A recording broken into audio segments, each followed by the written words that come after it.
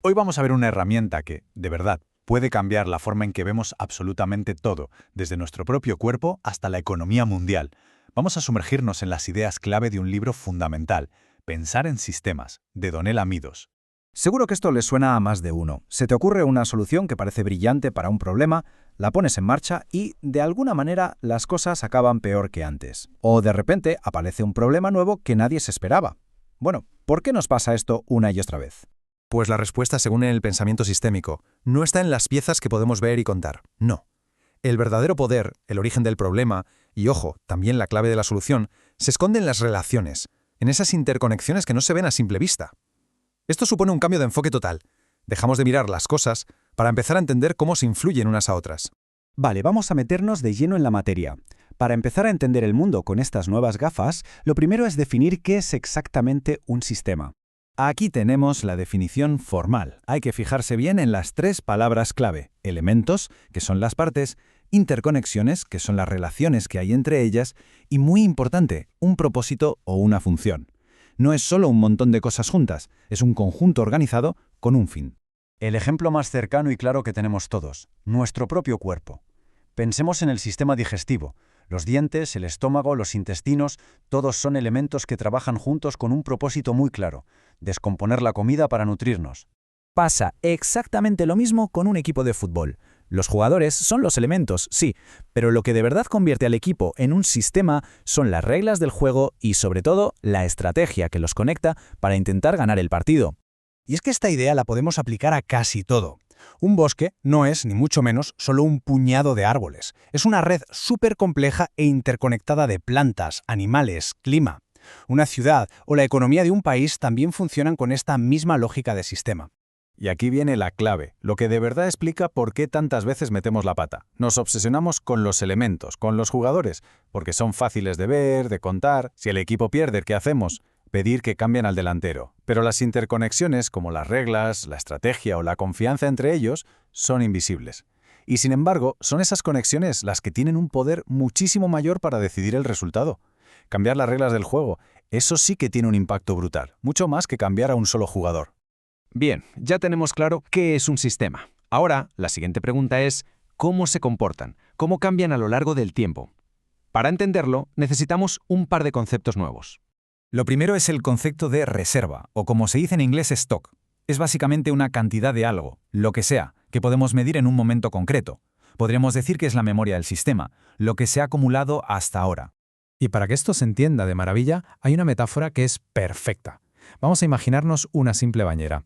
En esta analogía, el nivel del agua que hay en la bañera es la reserva. Es la cantidad que tenemos ahora mismo. Y esa reserva cambia por dos cosas: los flujos. El agua que entra por el grifo es el flujo de entrada, y el agua que se va por el desagüe es el flujo de salida. Sencillo, ¿verdad? Pues bien, este mismo modelo se aplica a la perfección a una cuenta bancaria. El saldo que tenemos es la reserva, el sueldo que ingresamos es un flujo de entrada, y cada vez que pagamos el alquiler o un café, eso es un flujo de salida. La dinámica es calcada. Vale, ya tenemos las reservas y los flujos, las partes estáticas y las dinámicas. Pero, ¿qué controla esos flujos? ¿Qué hace que un sistema, por así decirlo, se regule a sí mismo? Aquí es donde viene la verdadera magia de todo esto. El secreto está en los bucles de retroalimentación o feedback loops. Son los mecanismos que conectan el nivel de la reserva con los flujos que la cambian.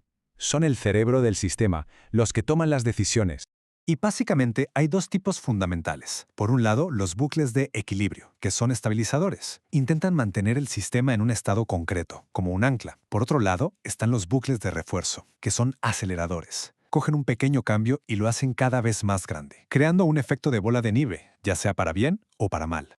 Un ejemplo clarísimo de bucle de equilibrio es el termostato de casa. Si hace demasiado frío, enciende la calefacción. Si hace demasiado calor, la apaga. Siempre busca volver a su objetivo. Y para un bucle de refuerzo, el ejemplo clásico es el crecimiento de la población. Más gente significa más nacimientos, lo que lleva a tener más gente, que a su vez tiene más nacimientos. Es un ciclo que se retroalimenta y acelera. Muy bien, hemos visto los bloques de construcción: elementos, interconexiones, reservas, flujos y bucles. Puede que parezcan piezas muy simples, pero ahora vamos a ver cómo, juntas, nos permiten entender problemas que parecen increíblemente complejos. Y aquí viene lo más potente. La misma lógica de la bañera y del termostato es la que está funcionando en los sistemas más complejos que nos podamos imaginar. Entender estas reglas básicas nos da una especie de llave maestra para dejar de reaccionar a los síntomas y empezar a ver la estructura real que genera los problemas.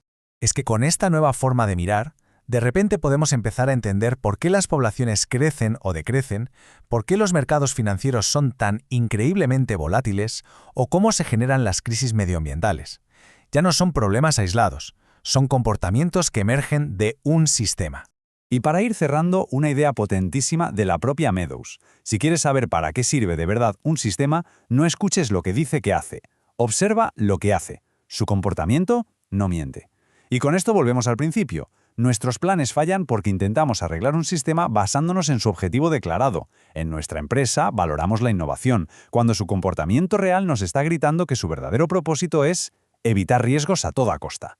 Así que, la próxima vez que nos enfrentemos a un problema que parece no tener solución, en el trabajo, en la comunidad o incluso en el plano personal, la invitación es a hacernos esta pregunta. ¿Y si no es una pieza rota sin un sistema que está funcionando a la perfección para producir precisamente este resultado que no queremos? La pregunta final es, ¿qué sistema vamos a observar ahora con otros ojos?